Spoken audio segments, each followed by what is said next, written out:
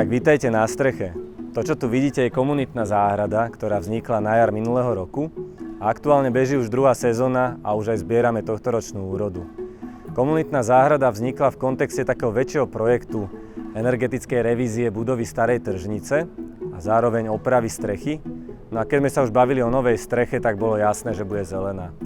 Zelené strechy sa pomaly stávajú štandardom a sú dôležitou odpoveďou na klimatické zmeny. A zároveň v jednej štúdii, ktorú sme na túto strechu robili, nám architekti vypočítali, že tá zelená strecha na celej ploche dokáže zadržať až 30 tón vody, čo je približne 8 minút tej maximálnej prietrže, počas ktorej by do kanalizácie neodišla ani kvapka vody z tejto strechy. A to vlastne v časoch tých silných prívalových dažďov a pravidelne vytopených kanalizácií je tiež veľmi silný efekt. Keď už ale máme použiť zeleň na tú strechu, tak v rámci tímu sme sa zhodli, že nepoužiť pasívnu zeleň, ale poďme aj tú zelenú plochu využiť na sociálne interakcie, poďme ju využiť na to, aby sem sa vdýchol život, aby tu mohli prísť ľudia. A poďme miesto pasívnej zelenej strechy urobiť aktívnu, poďme tu pestovať. A poďme tu vytvoriť priestor pre ľudí, aby tu ľudia mohli pestovať, aby sa tu mohli stretávať, aby tu bol život. A táto komunitná záhrada je vlastne prvý krok k tomu. Na streche pestujeme v plastových a textilných kvetináčoch.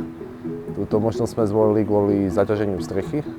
Skúšame tu pestovať rôzne kombinácie rastlín, paradajky s batátmi, kukuricu, tekvice. Darí sa tu aj rôznej atypickej zelenine, napríklad fenikel, tomatilo. Veľmi sa nám tu osvedčili figolníky v kvetináčoch, im sa pomerne dobre darí, keďže je tu vysoká teplota. Pestujeme tu ešte mrkvu, cibulu, baklažány, papriku, fazulku na zeleno, cukety, rôzne druhy melónov skúšame. Je tu množstvo lietajúceho hmyzu, napríklad včely, osy, osičky a dokonca sme tu videli aj drevárika, najväčšiu včelu. Popri tom pestovaní vlastne aktívne pracujeme na tom, aby sa ten budúci projekt strechy kvalitne nadizajnoval a pripravil.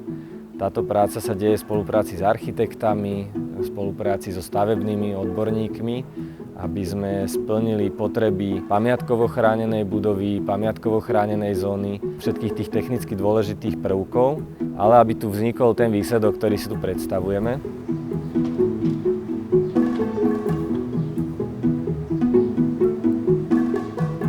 Prvá fáza komunitnej záhrady, ktorú my voláme experimentálna, je dôležitá aj kvôli tomu, aby sme nazbierali dáta, aby sme tú strechu zažili v premenách dňa, v premenách roka a všetky tieto skúsenosti z toho pestovania každodenného potom prenášame do toho dizajnu a do toho návrhu, aby bol urobený naozaj že na mieru tomu prostrediu.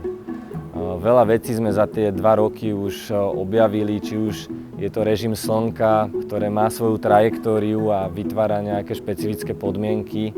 V lete tu extrémna horúčava, čiže vieme, že budeme musieť pracovať aktívne s tienením toho prostredia.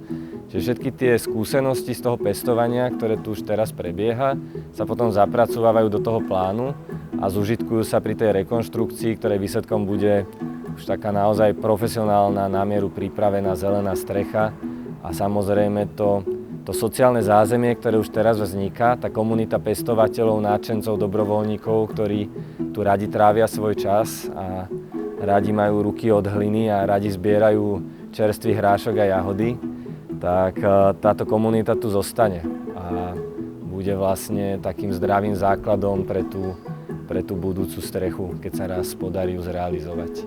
Tento pekný projekt by nevznikol bez finančnej podpory. Na začiatku sme využili granty z nadácie mesta Bratislavy aj z nadácie Západoslovenskej energetiky, ale hlavnou pomocou je náš dlhodobý partner Slovenská sporiteľňa.